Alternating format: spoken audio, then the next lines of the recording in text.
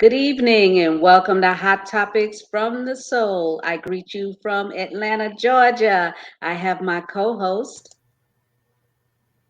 And I'm here with you. Good evening and welcome to another special edition because it is Black History Month and a month of love. But Hot Topics from the Soul continues on because of the fact there's always hot topics to talk about. Absolutely. I'm so delighted to be here. I'm out of my element. I'm in Atlanta, Georgia. I'll be home next week doing the show, and we have some special guests tonight. But it is Black History Month, Dr. J. So, do you have Absolutely. some nuggets to share with our listening audience? When we think about Black History Month, most of us go back to think about the founder of Black History Month, uh, Carter G. Woodson. And he was a man who fought, who stood up, who recognized the fact that there is no history without Black history. And at first, it was only a week. I mean, that's what they allowed it to be, a week. But it's not because they fully allowed it, it's because of Dr. Woodson's persistency to make sure that the voices of our history was no longer erased. Isn't it funny that here we are in 2022 and we're looking at legislation, even in this state of Florida, where the governors and different ones do not want the real history of America, racial history taught? But it would be a travesty for that to not happen. When we look at Black history is world history, and we have no further to look, if you would, is back in the day. Let's start with just people like Nelson Mandela, the late great Nelson Mandela. All those ones say, hold up, that's South Africa, but it's still Black history because of so many things that he dealt with there, we have dealt with in America. But the rise of Nelson Mandela is so important. From July of 1918 into 2013, he lived with us, but we know what he did because of the fact of his refusal to allow apartheid to just continue to rob us. So we understand he led the anti-apartheid revolutionary political leader, and he was a philanthropist. But even greater than that, he was committed to seeing change. Even behind prison bars, he was committed to change. And how did he do it? He not only he beat the sentence, he lived out the sentence, but he led the revolution and brought an end to the apartheid as we knew it. Being arrested in 1962, basically for conspiring to overthrow the state, he never lost hope.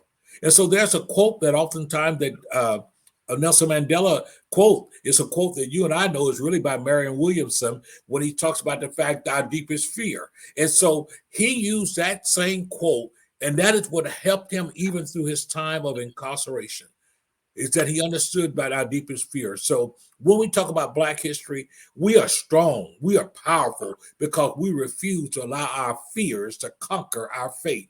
That's who we are as Black people. We refuse to allow our fear to be our fears to conquer our faith. And whether we're talking about Nelson Mandela, whether we're talking about Benjamin Banneker, whether we're talking about any of the great pioneers of our time, we're talking about people who understood that fear will never overtake their faith. As a matter of fact, they understood the fact that with their faith, that there was nothing impossible for them. So we salute the Nelson Mandelas. We salute the contributions of Blacks all over. We salute the contributions not only in athletics, because they have to give us athletics because it's obvious.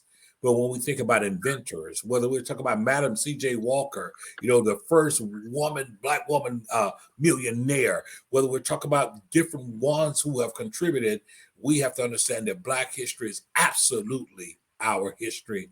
It is the world's history. And guess what? America would not be America without it. Amen to that, Dr. J.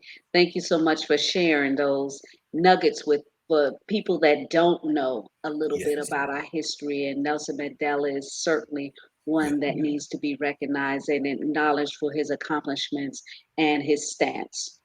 Absolutely. I'm so excited about tonight's show. I have my bestie on and her husband. We've been talking the last couple of weeks regarding Yeah. relationships, and we talked about love in stages, and we Right. had some of the kings talk for the last 2 weeks. And I thought it was important to bring a couple forward. So I reached out to my bestie, Shirley Carter Powell, and I said, "Hey, you want to join the show tonight?" And she was like, "What time is it?" But she So didn't say no. yeah, I told you. So we talked a couple of nights ago, and she agreed to join in. Her husband, Dwayne Powell, is on. So we're going to bring them on right now to join us. Absolutely. Hello, Shirley and Hello. Dwayne Powell. How are you? Hello. Hello. Hello. Now, a little bit of Black History Month coming up, Shirley. I know you just got a position in Michigan. You want to share with the audience what that is? Well, I was just sworn in on Valentine's of all days as for the state of Michigan and the city of Lansing as a arts and culture commissioner. I've served on the mayor's commission for the last 18 months, and then the city decided to do arts and culture. And I was selected as one of the ones to move forward on that commission. So now I will be helping the city out as far as what arts and more about culture too. And being that I'm already in the entertainment, so I kind of slid right into that position. Absolutely. That was strategic and God appointed Yes, it was. and well deserved. Congratulations. Thank you. Well, our last couple of shows we've been talking about relationships, and we had the men talk the last 2 weeks about their expectations in a relationship, and what they look for, what they feel would make a perfect relationship and marriage. So I thought it would be important for you and Dwayne to be on the show to talk as a married couple, starting this journey that you've embarked on and being professional business owners, etc., what that looks like as far as your relationship is, because people, they always like, I want to get married, I want to get married, they always want to talk about they want to get married, but you know what happens after the vows, what happens after the butterflies, what happens after all the dust settles, everybody went back to their house. You done spent all this money on the wedding and everything was beautiful. What happens after that? How do you pick up the pieces and move on after you've created a shift?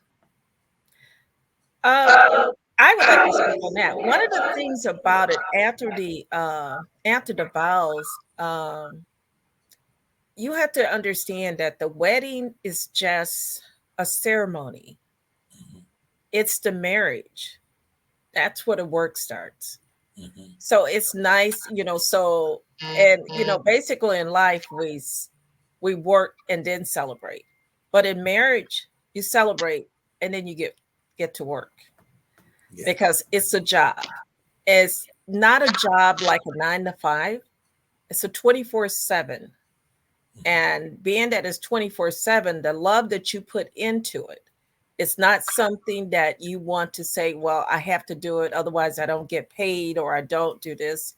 You put it in because of the love that you have in your heart for that other person. But first you have to have a commitment to Christ. You can't just commit to the man or the man commit to the woman. Your first commitment is to Christ. And if you keep him first, then the rest of it comes second. I know when I met Dwayne, I told him I already had a man, and his name was Jesus Christ. And I said, if you want to fit in somewhere in there, then maybe we can talk and work this out. But it took me a while to get to that point to even bring that to him. Yeah. I had a little push from my bestie saying, girl, you better go. Because I was like, I'm not getting married again because I had already been married, you know. A lot. But you know what? But I never got married to get divorced, though. Right. That was Absolutely. the thing about it. Divorce was never on the forefront. It was about working in my relationship. But unfortunately, or maybe fortunately, because I wouldn't be with Dwayne now, that they wasn't willing to put in the work. And I knew it had to be work from the beginning. And I was willing to work through whatever obstacles that was in our lives. But unfortunately, my partners, they It was more like a trial and error for them, I guess. I'm not sure. Mhm. But my whole ultimate goal is everyone deserves to be happy. And I How love being important married. is it to have a relationship coach? Because, there are people that get counseling on a consistent basis, and um, they go through the counseling, and it's individual and then it's together, but somehow or another it never just meshes. So what do you think the difference is in counseling and what do you a relationship coach? Well, in counseling, one of the things is that you're working on more the mental part of it, of someone's what causes you, what deep secrets or something you may have in counseling. Where in a relationship, you're with the relationship coach, then you're working on just that, the relationship, because each person is bringing something to the table. And a lot of time in counseling, you're going to be dealing with your own individuals, hang-ups or whatever they may be that you're dealing with. It could be something from your past. It could be from, childhood, or how you were raised, or, what you were used to or what you were told when you were younger about what a marriage should be. But when you're dealing with the relationship coach, they're going to make it clear this, you're in a relationship with someone else.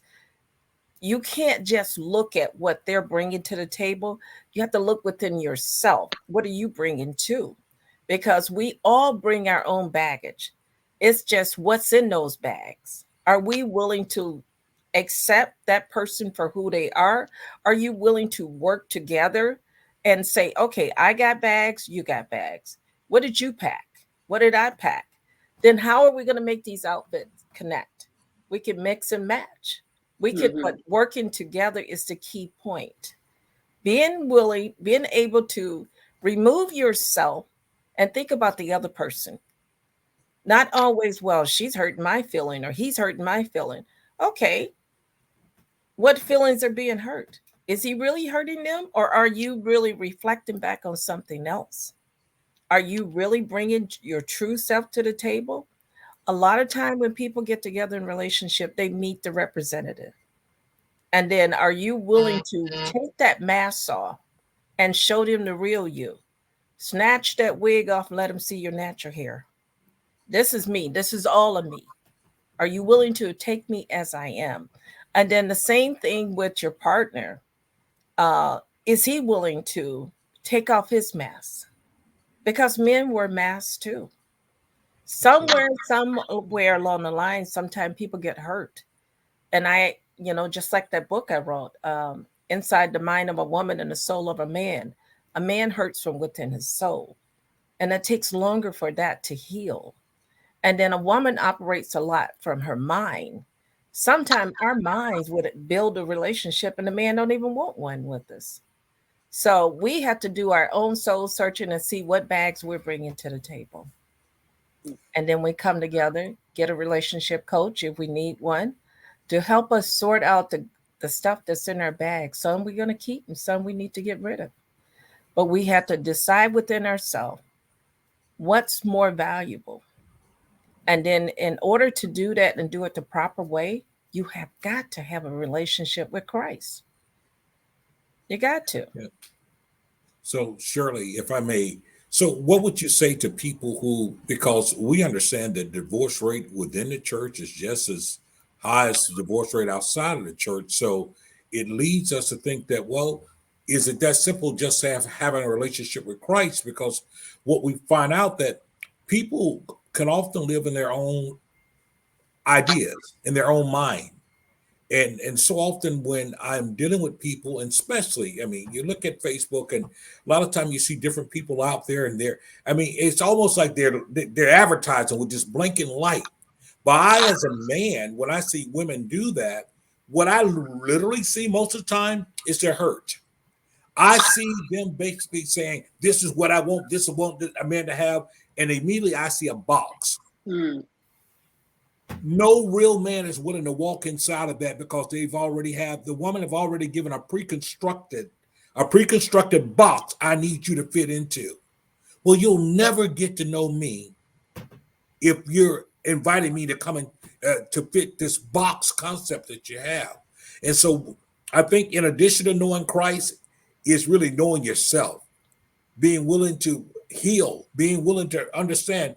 Don't make this next person pay the price for what someone else has done or what you've experienced there. And so oftentimes, I'd be quite honest with you, I just really want to tell them all that you're doing, you're running really a potential suitor away, because what he sees is these flashing light. Here's the box. I need you to fit in this box. I need you to be in this box. And see, if I come into a relationship knowing that I'm expected to be in a box, there's no room for my authentic self. There's no room for me to interact with you, because we're meeting you at different stages of your life. And I said that to really kind of respond to, things change over a period of time. The way I thought in my 20s is not the way I thought in my 40s. The way I thought in my 40s is not the way I think in my 50s. And so if you're approaching relationships, certainly, we have to look at the fact of what do we see as this thing that we call marriage, this thing that we call relationship. Are we still that person that's living inside of what I call reality TV that paints this picture of everything but reality? One of the, I want to address one of the things you said about, the box, being in the box. And because I have a thing about men in the window. Because, when you speak of the box, sometimes women put themselves in a box, put themselves on display. And men get in a window. When they get in the window, there's a window in their life where they're ready to choose a mate. But that window is only open for a small amount of time. And sometime when they choose, when you spoke about the churches and the divorces rate and everything, you got to remember that everybody in the church don't have the church in them. That's another thing. That's true. Some people go in there searching. They're going there searching for a mate because they feel like I can get me a church girl. But they're not always into the church. They're looking for a church man too. So you got to look at, it doesn't matter where you go. It's what's inside of you. That's why I say individually, we have to have our own personal relationship with Christ. And so just because you're in the church don't mean that you have it in you. In other words, you're there, you're going through the motion, but are you really connected? Or do you really know who you are? Or are you searching? Are you a lost soul? Because there's so much. That's why I say people need to do some soul searching. And then if you're leaving relationship and going into another one, you need to take the time to get to know you. If you can't stand being alone, who's going to want to be with you? You can't even stand yourself. So you got to get used to being alone sometimes. Sometimes people don't realize you have to step back from everything. That means social media, the reality shows, they're not real. They're getting paid to act. But some people take that as serious. As and literal. I mean, they think that's life. Oh, I want that life. When that person get off that TV screen, you don't even know what their situation is. Absolutely. You don't know what they're going home to. They may have the money, but are they happy? And it's true, money can't buy love, but it can sure enough buy fake love or that moment of gratification. Well, But Dwayne, we haven't heard from you yet. Oh yeah, wait. I have to cut her off. That's my girl, so I can we do have Mr. Powell sitting right next to you, Mr. Powell. You want to chime in and say a few words since you've heard what we're talking about, and can you kind of elaborate from a man's perspective? Yeah, I think it's an ongoing process. It just takes work, and you got to prove your worth, at least from day to day. So, it just takes work. It's not. It's not. You just got to work on it. It just takes work. So Now I know, Dwayne, she's in Michigan and you're in Mississippi.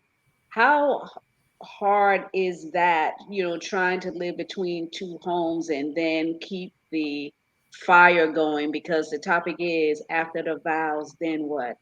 how important do you think it is to your relationship, especially since you're trying to command from two locations? Well, it's not it's really not that it's not bad. I mean, it's it just it's no different between here and there. It's just it's like a carry over. You just keep working at it. Just Good. like people, it's no different from people from here and there. So you keep you keep going at it, working. I was on a conference call yesterday, and one of the one of the ladies talked about, online dating and how it's not good to do online dating because there's so many predators out there, et cetera, et cetera, et cetera. Y'all didn't meet by online dating, but for you, Shirley and Dwayne.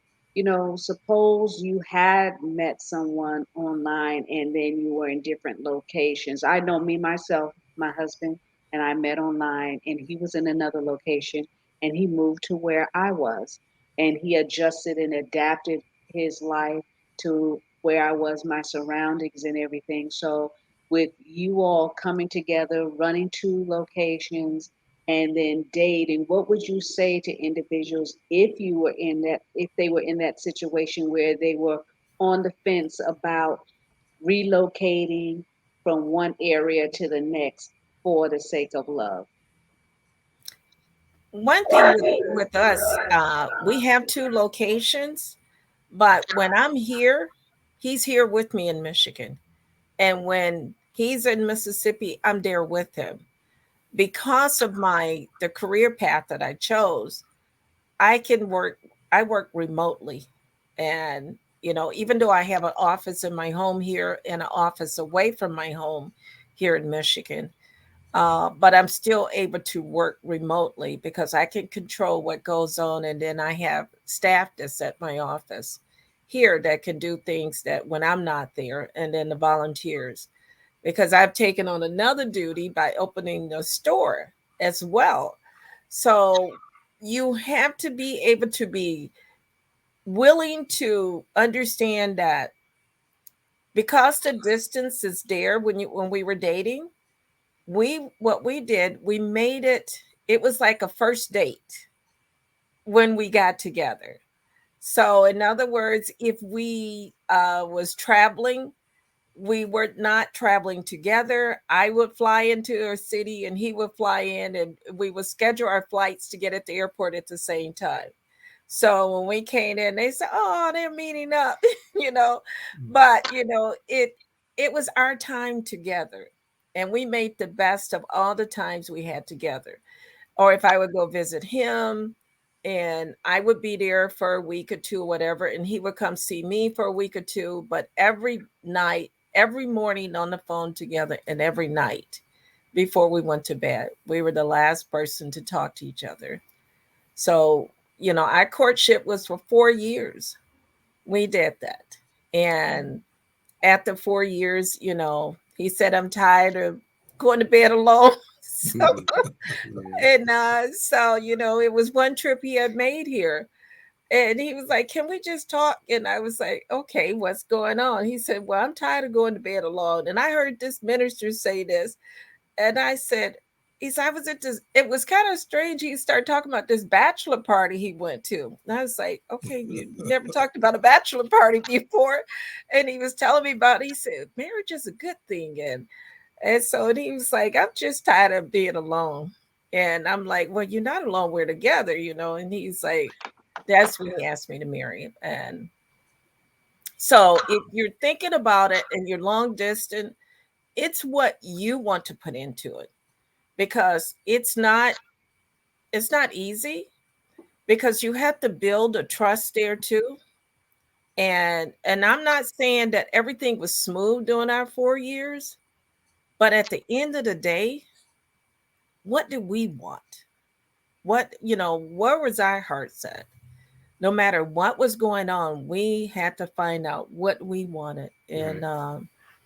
And then I had to understand that, him being a widower, and also a disabled veteran, that he had things that he did, Mhm. like, going to conventions and things.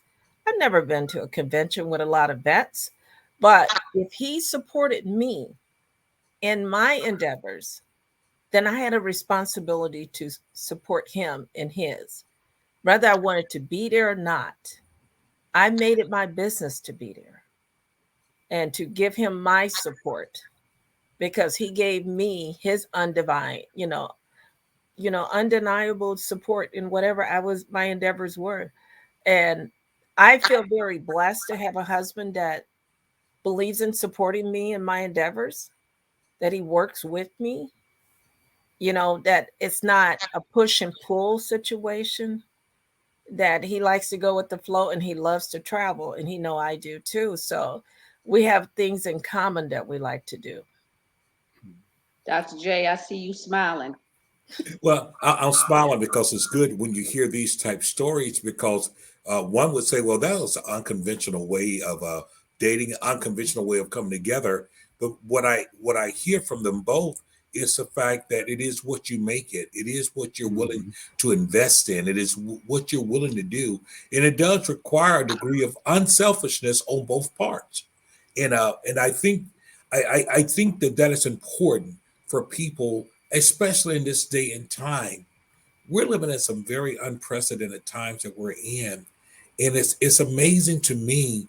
Um, on one end, there every other day you hear about these people are broken up, they're no longer together, and yet and still haven't become that disposable when we look at folks that said, no, we're going to make it through this. And the ones that choose to make it through it are the ones who does understand the principle of bending but not breaking, understanding compromise, but having that one common centered goal that says, listen, we're in this together. And I think that's amazing, because when I was listening to Dwayne, what I was interpreting from what he was saying, when he said, well, it wasn't really that hard, because the fact there seemed to be a singleness of mind. So whether we're in Michigan or Mississippi, it's the same for us, because there's a Mhm. singleness of mind, and I think that's important. That's important because people could be living, right together up under the same roof 24/7, 365, but their minds are two different places, and that causes a lot of bump, bruises, and a lot of things to go wrong. So, I smile because of the fact it is good to hear a story, someone's Mhm. life, where that which might look unconventional and could be very difficult is made simpler simply because of them having a oneness of mind. Mhm. And one of the things that I thought was great, I know with Shirley and I, was that we had a relationship where we were transparent in our emotions with one another, so that Yes. we can communicate that, so we can bring healing to one another. Because there's a lot of women that are broken from past relationships, and because they weren't able to communicate where they hurt, they just buried it, suppressed it, Right. so that when that man came along, they didn't even know how to recognize that it was a good man, because of the fact that they had so much bottled up inside. There was no freedom, there was no liberty to love. And so it is with the men too. Dwayne, can you elaborate on that? And you, Dr. J, I'd like to hear your perspective from a man's point of view. Well, um, it's just like I say, it's give and take. I mean, you just gotta have your heart in it and be, you know, be as one. That's it's like teamwork. You just gotta help each other out and to stay the course. And yeah, it's like I say, it's work. You never stop working at it. So Yeah. Dr. J? Well, I think, we as men could also have our broken experiences. We can have our disappointments. mhm. We can have our sense of feeling used. We can have our sense of feeling disrespected. And all those things we either bring into a new perspective relationship, or we take the time to deal with those things beforehand. The danger of not dealing with it is that the fact, once again, you almost enter into something new with all these locks on the door already. Mm, The locks are already on the door. The person doesn't stand a chance to get in because they're greeted by the locks of the time past. And so, what we have to make up in our mind, even as men, have to make up our mind. Number one, what is it that we want? And unlike J.C. Wentworth, sometimes we might not want it now because mm, we recognize we're not yet at that place now to Yeah. receive it. But if we are carried away by this fantasy, I want it and I want it now. Are we ready for it now? And sometimes the woman that we may encounter, if she is broken or have any residue of brokenness, are we in a position to accommodate that? Are we in a position to play that part of as a mender, or do we need to be able to say, look here, I can't handle that right now? Because for men who are fixers, and I'm a fixer, I might need to step back because I don't have a capacity to fix anything right now. mm, And Hmm. you'd rather not want it now and not be able to deal with it than to jump into it, and then you realize I'm not built for this. I can't do this. And I think that men have to be serious with themselves. So it's not a matter of how much of a Mac you are. It's not a matter of how much you flowing like that. It's a matter of whether you're flowing here, because this has to connect with this. And Right. they have to connect Hmm. together if we're going to be in a meaningful relationship. Other than that, once again, too many people pay the price of their predecessor. mm. So, Hmm. Shirley, how important is it unpacking baggage to go into a relationship? Because at one point you were saying, "Oh no, Val, I'm done. I'm not getting married again. Forget that. That's not me. I'm not doing it again." And I was like, "Nah," and we like kind of walked our way through it. Like I said, pulling back layers. And a lot of individuals aren't as fortunate to have someone that will speak truth, not just one sided. We Right. speak truth to each other. Yeah. And I mean, we would come out swinging.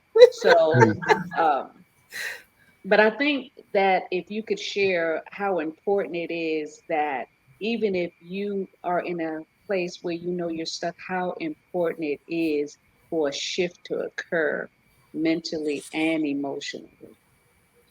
It's to me, I would say it's crucial. And when I say spend some time alone, I can't stress that enough to do that. And that's when that time alone is when you get a chance to unpack bags and see what all you have in there. Because when every relationship you go through, whether it's marriage or not, you're putting something in the bag from that relationship. And then you have to go through your bag and see what you need to take out of it. Some relationships are to give you and teach you a lesson. And once you receive that, if you don't need that anymore, get it out of your bag. Because if not, you're going to take it to the next one.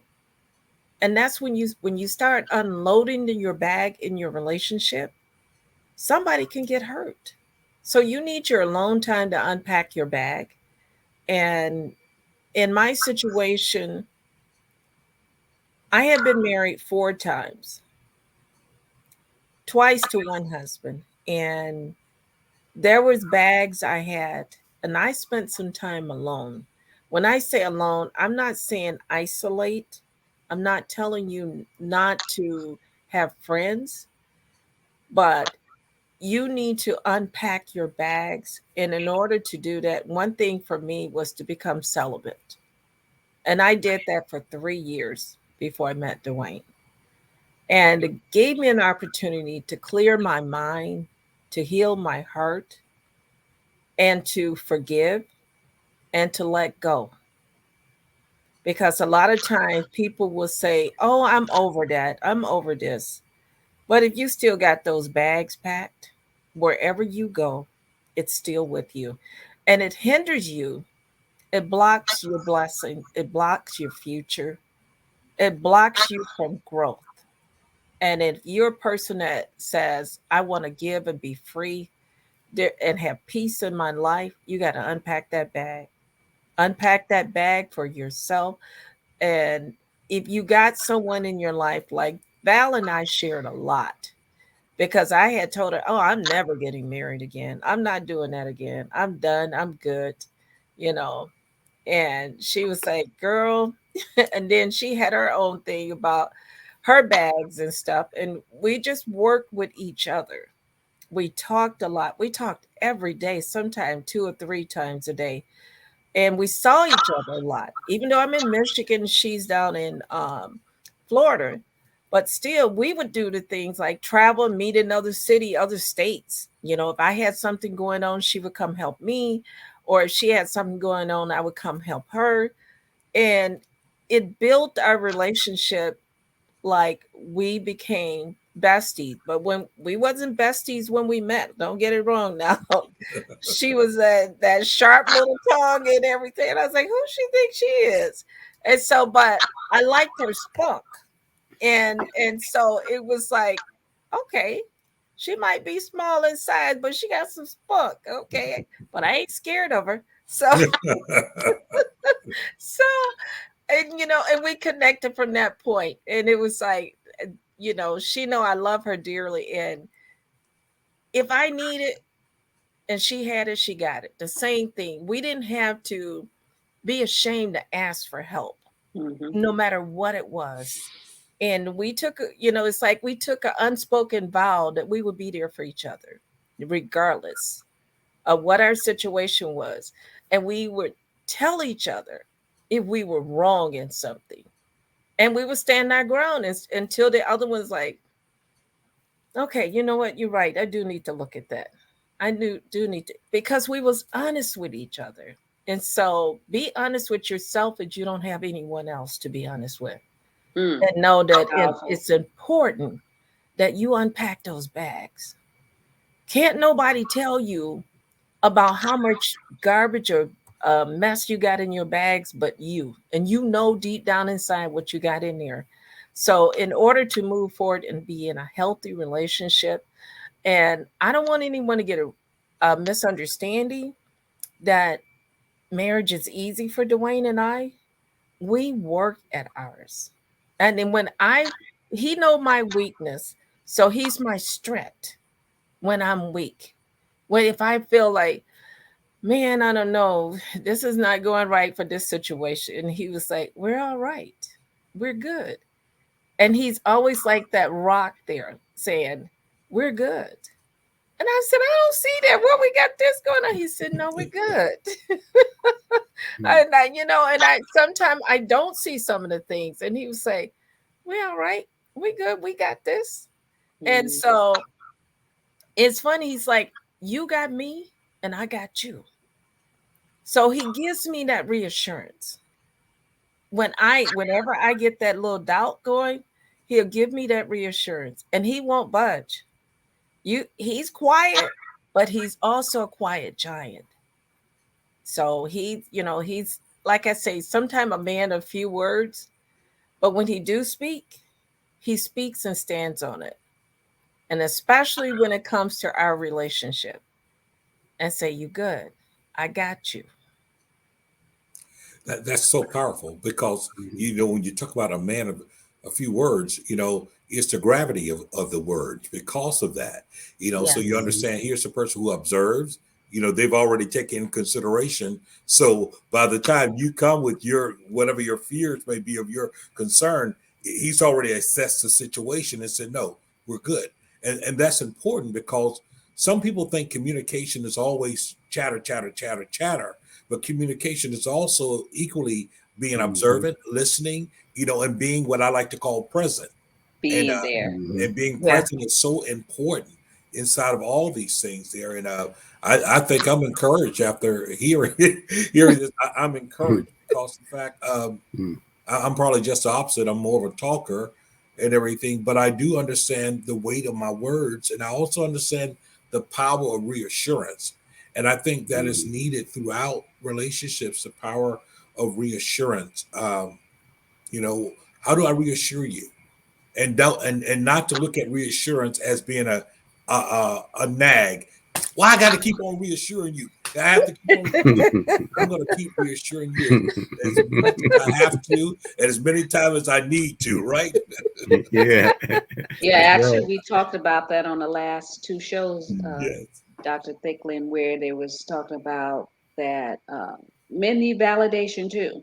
Right. You know, it's not always the woman. You know, Yeah. a man likes to know that you still find them attractive. He needs to know that you appreciate what they do. Needs to know that, okay, your hair getting gray, you're moving a little slow, you're still good. So, you know, those things are important, vice versa. It can't just be lopsided. And Right. that's what means that Mhm. after the vows, then what? It means that you grow from there. You don't just stop saying, because you know people thinking it's going to be a honeymoon forever. You know, walk down the aisles and you don't spend all that money on the flowers and the cake and the guests, and everybody went home and they told my child she had a good wedding. Oh, he didn't they dance? Oh, they took some nice Mhm. pictures, and then they get in Mhm. that house and tear each other apart.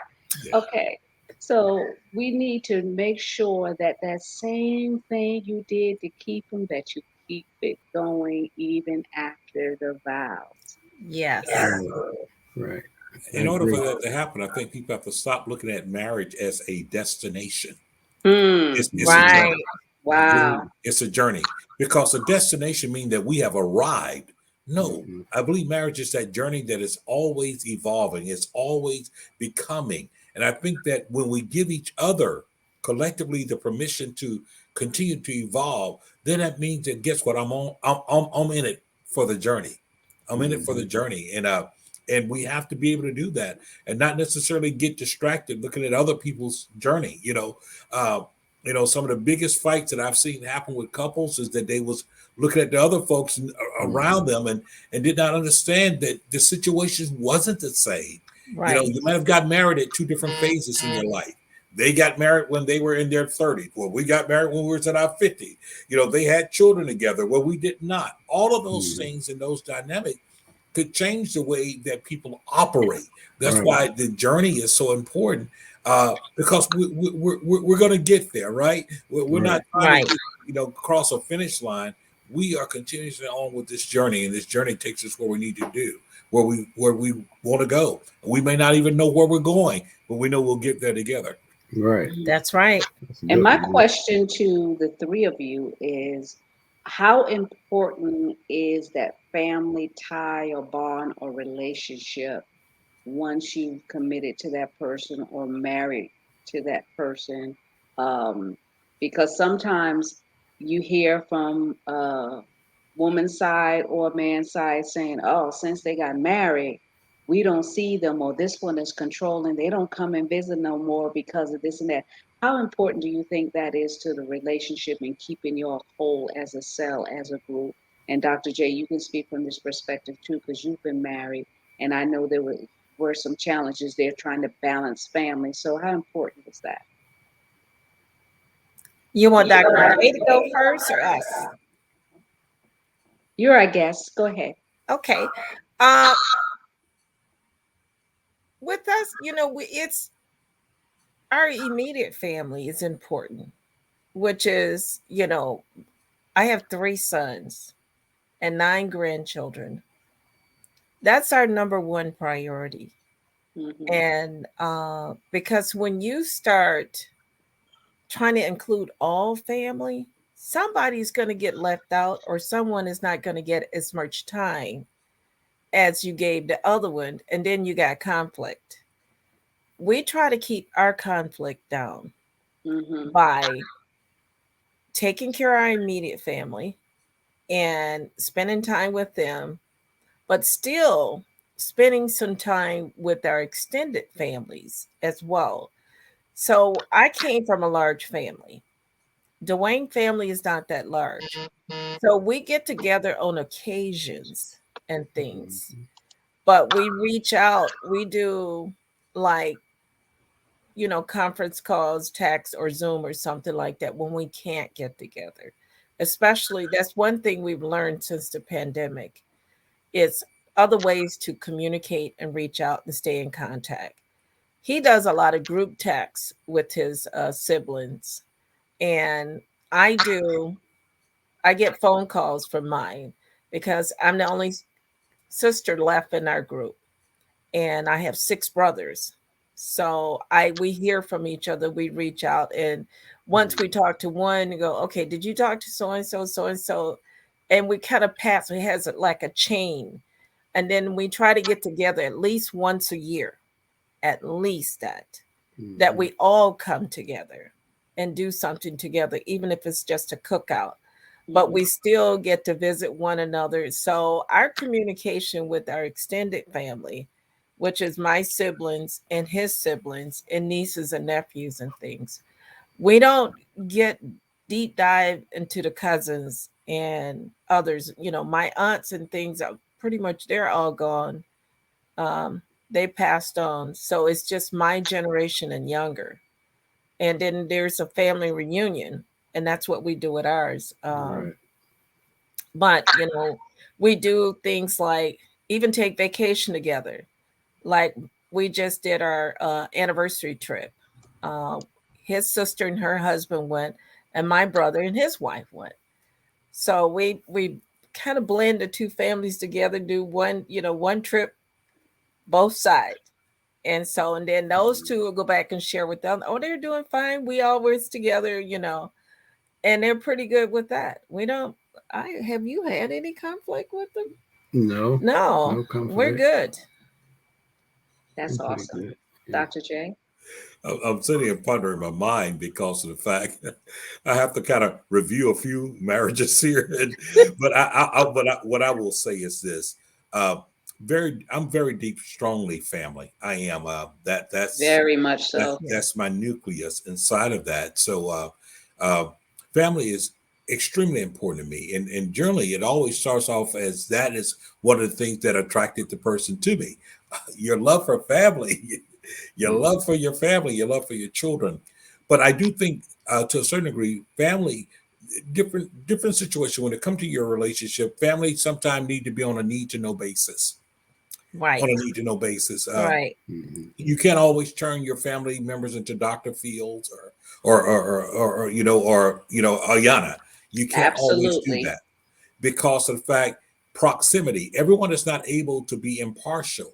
And so there are times that you can have family members that will aid me and you could be dead wrong. Right. That will continue to decide with you, and it gives you this false sense that you're right. But you have to be able to be honest with yourself. I recall, God rest her soul, me having to really have an honest moment with myself. And when my mother was living, she just going on because of the things she had heard. I was saying, well, she did this and she did that. And so guess what? The family members picked up that same language. Mm-hmm. They picked it up. And so they would immediately harp on that. But when I had my epiphany, when I had my come to Jesus revelation, and I had to start saying, no, this is what I need to own, and this is what I want to own, I had to stop them in their tracks and hold it. No, I know this is what I said, but this is also the part I need to tell you that I played inside of it. So the cause and the effect, I had a lot to do with it. And it was almost, although but they still kept trying to defend what I had told them before. I literally had to become naked enough to say, no, I own this. But I said that to say this is because of the fact, if you can avoid the mistake of getting family too involved, once again, it's a Right. need to know basis. There are certain things that we need to be able to Mhm. figure out on what I call this level here, inside of that. And I do believe that that's important. I do also believe that, going back to the earlier statement that I think Shirley talked about when she was talking about relationship coach and counseling, I think it's important that people understand that too often that we look at needing a coach or even a counselor, that we think they're needed only when there's a problem. Only when there's a Right. problem. No. Right. Robert F. Kennedy famous quote was, the best time to repair the roof is when the sun is shining. You don't Mm. wait till it start raining to repair the roof. And so when we understand, I come into this relationship, I might need some tools, some mindset, some changes, because I've only dealt with the tools that I've dealt with. And if I keep ending up with the same results, I might want to examine my tools, because if the only tool that I have in my toolbox is a hammer, then every situation look like a nail to me. And I'm just bamming everything. Bam, bam, bam, bam. Mm, And this situation in this relationship didn't need a hammer. It just simply yeah. needed a screwdriver. Maybe I need to tighten some things, Right. That loosen some makes sense. things. I like that. And so get the help. Be willing to, but don't always involve family members, especially inside of, advice. Sometimes we have to understand we need our time, and family members need to understand that we need our me time. We are still getting to know each other. We're still, Mhm. we're still growing together. And so I say to family members, you have to be patient and not be selfish, because guess what? After all, the two shall become one, not you. Right. They'll become one. Mm. Well, how does children come into play in a relationship? I almost think that's addressed to me. Well, my children are grown, and with mine, they love Dwayne. They gravitated to him immediately. It's just something about him, and him the same way with them. When you see them together, you think they're buddies, because if you see him with my oldest son, I come in the room and they're sitting chilling like two old army buddies. And my son never been in the army, and they have the highest respect for him. They call him Mr. Dwayne. They're not even though they're in their 30s and 40s, but they put a handle on his name, Mr. Dwayne.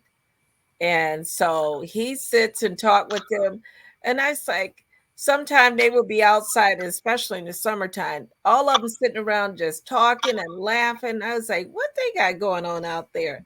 And, but it's good to see that, and it was nice to see, and I should have recorded it. I just celebrated a birthday, and I had 3 men in the kitchen cooking together. Awesome. My middle son was cooking a pasta dish, a shrimp pasta. My oldest son was doing jumbo crab legs, and Mm, Dwayne was doing the vegetables. So wow. they're all three in there cooking. Dwayne bought the dessert. So I'm sitting back watching them. And he said, okay, you got that. Give me this pot. I need this. And I didn't even think I should have recorded all of this. But they all talked on the phone and got it together. Wow. Awesome. Yeah. Well, children are important. And I think Yes. Mhm. the thing about it is the communication. I keep going back. It does matter the age of the children when you get together, because there's certain time that the children still need certain attention. And, Yeah. and in that case, the partner has to understand that. How do I become involved? I think I could write the book and dealing with not only being a step parent, and I don't like that term, but how do we make this one? The blended family, we call it blend. But I Mhm. believe that family could be seamless with the right understanding inside of it. And so I know Mhm. in my past relationship, marriage, the kids still love me today. Those that was not birthed by me, I'm always called by them pop, a dad. I just got an invitation from one of them who's going to be getting married. He proposed to his girl on the other day, and not only did he make me aware and tell me, but his father called me and say, "Hey, look, hey, we got to get the list together for the wedding." And he said, first he said, "Hey, you was their dad too." And those type of relationship doesn't just happen. Those are considered effort. It's knowing boundaries. It's also Right. knowing Mhm. what you need to Right. do. You don't need to be everything to every child. Depends on where they are. Sometimes they don't need to be re-raised. They might just need your wisdom, your encouragement, your type thing there. And I Mhm. always tell people, when children are involved in relationships, especially when they're young, you have to decide what is the role that the other parent, the non-biological parent, is going to play. Hmm. And that's Mhm. important, because you Yeah. can't force feed your partner on your children. It has to be an introduction. And Yes. and Mhm. it can't start with saying, well, hey, ain't nobody grown in this house with us. No, that's not the right approach. Because rules without relationship equals rebellion. Right. You Yeah. have to Right. build a relationship, and if you do, although Shirley talked about her kids being grown, but that's a testament, especially for men to get together and men to have that type of respect, for moms to husbands. So that speaks a lot in saying that, right? Put some Right. respect Yes. on the name, okay? Yeah, I know my kids are the same with Alex, my husband. So, and I mean, sometimes they'll call and ask him something besides asking me. I'll say such and such went on. They say, "We're not talking to you, Mom. We're talking to Mr. Alex." Now I go, "Excuse me." So And it that's is a good good, and thing. they're grown, and they're Mhm. grown. So they don't have the final say, but it would be nice if it's able to build a relationship so that things would flow better. Yes. Mhm. You know, Right. Dr. Val, inside of it, just this past weekend, I eulogized my mother-in-law. I don't call her former mother-in-law, and the bond that I had with her started long before I ever met her daughter, and yet it's still within that family. They all have always embraced me. We've always loved each other, and that's always been the case. And one of the most assuring factor that I didn't feel awkward because regardless of the fact of divorce, the kids and all of us still had a very solid relationship and a solid respect. And it just goes to show you that inside of things, sometimes people are a little bit more understanding than you think they are, and there are times when people understand the real elements that makes relationship what they are. So it's good to be able to have a house of peace, right? Yes. Absolutely, Yes. absolutely. Definitely. Yes. It is Mhm. good to communicate your expectations as it relates to children, whether they're young or Absolutely. old. You have to, Hmm. like Shirley said, have some boundaries. You have to be able to communicate so that everybody will know where everyone stands. But at the ultimate thing, it is your relationship, and That's you need right. Right. to keep each other happy as Absolutely. individuals, the male and the female. Everything else is secondary. That's right. Right. Absolutely. Any Right. closing remarks? I'm so glad that you dropped by to join Hot Topics from the Soul Mhm. today. Oh, you know what? I've been planning on dropping in on you, and it's just like this has been good to see both of you guys. It's Right. Same just here. taking me back to the days past that when we were all together. And usually, that hottest month was February, Yeah. Yes. and now that it's good to see Yeah, you so you guys. know what? The viewing audience and listening audience, this is Shirley. We did how many years together on Blog Talk Radio? Yeah. About 9 years.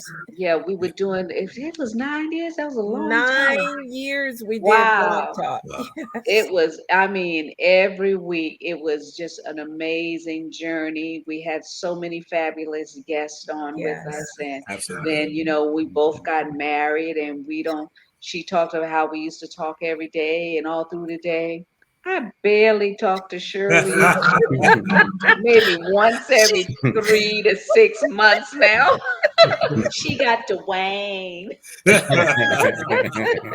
Well, when you got Dwayne and you got 9 grands, and you run an entertainment company, you have a Mhm. nonprofit, and now you just opened up actually a retail store in your mall here, and not to mention my other Oh, I have responsibility. a client for you too. Okay, Al- yeah, Alex's son, Jacquard, he is phenomenal. I need you to connect with him and get him on this circuit. okay. Well, you got my contact information. Please share it with him. Okay, because I Yeah, need we. because I've got some fabulous things coming up. I mean, I keep forgetting about the people and the contact, everybody I know. Alex see. is always saying, "Babe, you know a lot of people," and I'm like, Mhm. "Yeah, but you don't think about it until you're actually doing something." So, yeah, I'll make sure that you get that information so you Okay. can kind of do that for me. And Dr. J, do you have any closing remarks? My closing remark is this: I do believe that I will never give up on love. I do believe that people should never give up on love or relationships. I do believe that people Mhm. must have the courage to be able to examine themselves, not to get stuck at where their last failure was, but Yes. have the Mhm. courage to move forward to the new beginnings. New beginning. Yeah. Yes. Dwayne, did you just say something? I said, I agree with it. I just agree with him. New beginnings. Okay, go ahead, Mhm. Dwayne. That's my friend. Yeah, that's your buddy. Well, I love you all, and thank you so much for joining us on another Hot Topics from the Soul. If the show has been a blessing, share it with someone and make sure that you visit the websites. Shirley, is there a website or contact information that you want to give out to our listening audience, please? Yes, I like them to visit my website, which is Against All Odds Foundation.com. And there they will see my nonprofit as well as my new retail store, well, freetail store. So, Freetail. yes, it's a store to help those families in need. Everything in the store is free. So they get a private shopping experience for 30 Wow. minutes. They get to just take whatever they need from clothing to shoes to coats to household wear, personal care, and, personal hygiene and everything. Yes. Awesome. Awesome. Thank you so much. Thank you so much for joining Shirley and Dwayne Powell. Good night and Good God night. Good bless. night. God bless you God too. bless. Good God night, bless Jay. everyone. All Okay. right. Okay. It's been great. Dr. J, this has been an awesome show. We've been able to catch up and Wow. speak to some friends. It's been absolutely amazing. You have any further comments or anything you want to share with our listening audience tonight? Well, I want them to continue to tune in because we've had some interesting topics, some interesting guests, and uh, and I really want to emphasize that I speak from a place that you know, too often we give up and we give up, meaning that we simply give up. We give up a desire, we give up an opportunity, we give up even a mindset to believe that we can. And we cannot rest on our last failure. We must have the power to begin again. And I believe that's important. And I believe that we have to be able to work on ourselves so that we'll be able to finish this course called relationship. Because listen, we can do it if we're willing to make the sacrifice. For the time that we've lost, it can be redeemed, but it's more speedily redeemed when we're willing to do the work and once again have the hope and have the faith and the belief to be better than what we were before. Absolutely. Thank you so much for those closing remarks and the website people can follow you. www.jrthicklin.com. And make sure that you visit www.fromthesoulofAwoman.com and please subscribe to Hot Topics from the Soul on YouTube. Good night and God bless. Thank you for joining us. Until next Tuesday. Good night.